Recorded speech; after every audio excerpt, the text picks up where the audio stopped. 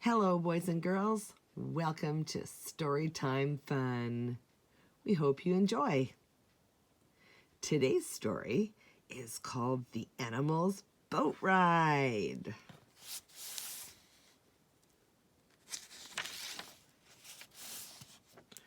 Written by Helen Wing.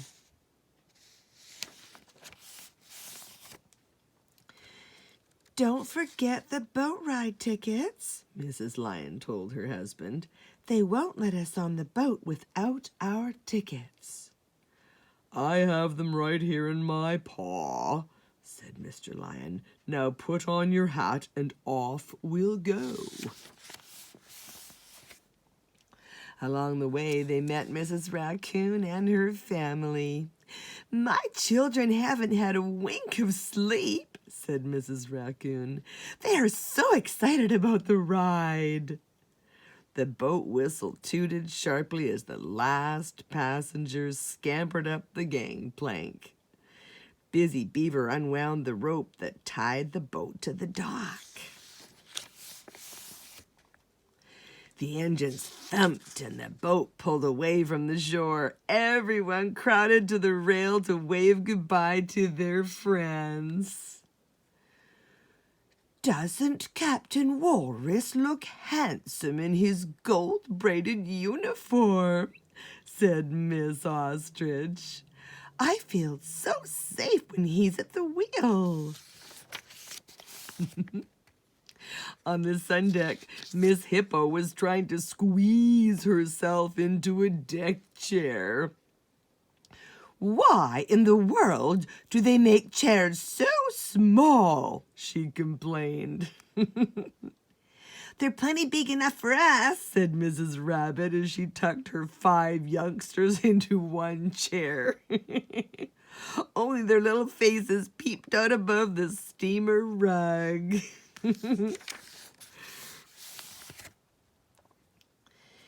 "Too bad the sky is so dark today," muttered old Possum. "Dark?" said Squirrel. "The sun is shining like a fireball. Take off your black glasses and see for yourself." "Well, I'll be blinked," said Possum, squinting into the light.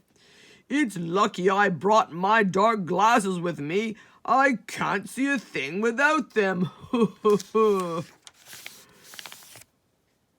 Possum wandered off to talk to Mrs. Porcupine. "Will you kindly hold my knitting yarn for me?" asked Mrs. Porcupine. "I'm in an awful tangle. The yarn is caught in my quills, and I can't do a thing with it."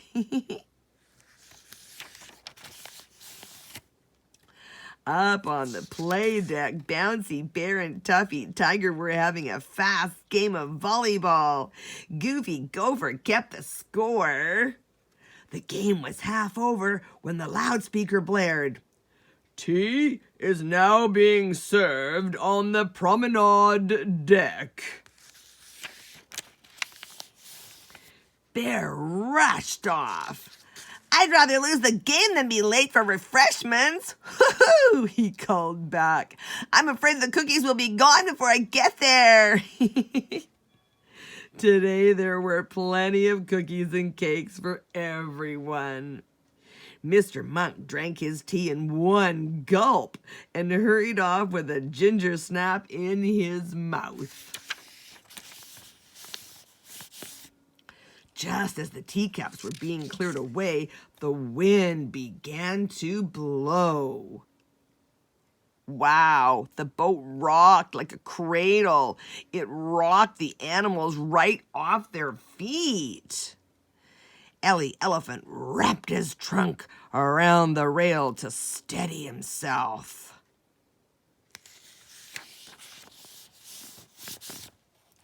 Then a shout went up. "Mouse overboard!" A high wave had swept the little fellow off the deck. He was splashing around in the water, trying to keep his head above the waves. A rope was flung down to him, but he couldn't get a hold of it. Mousie was frantic. Help! Help! He called. Take it easy, Snapped a huge turtle swimming toward him. I belong to the Turtle Tail Rescue Squad. Grab onto my tail and I'll pull you to safety. Turtle didn't leave the scene until Mr. Mouse had scurried up the rope ladder on the side of the boat. Mousie's friends were so grateful to Turtle, they showered him with cookie crumbs. At sunset, the wind went down. The waves flattened out. Captain Walrus looked at the clock. It's something, he said. Shall I turn the boat around and take you home? Oh, no, the passengers shouted.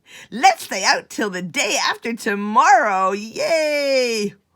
Okay, said the captain. We'll send a message home so no one will worry about us. Mr. Fox scribbled a note on a paper napkin. He sealed the note inside an old pop bottle and tossed it overboard. Good for you, Foxy, said Mrs. Elephant. When our message is washed ashore, everyone will know we're having the time of our lives.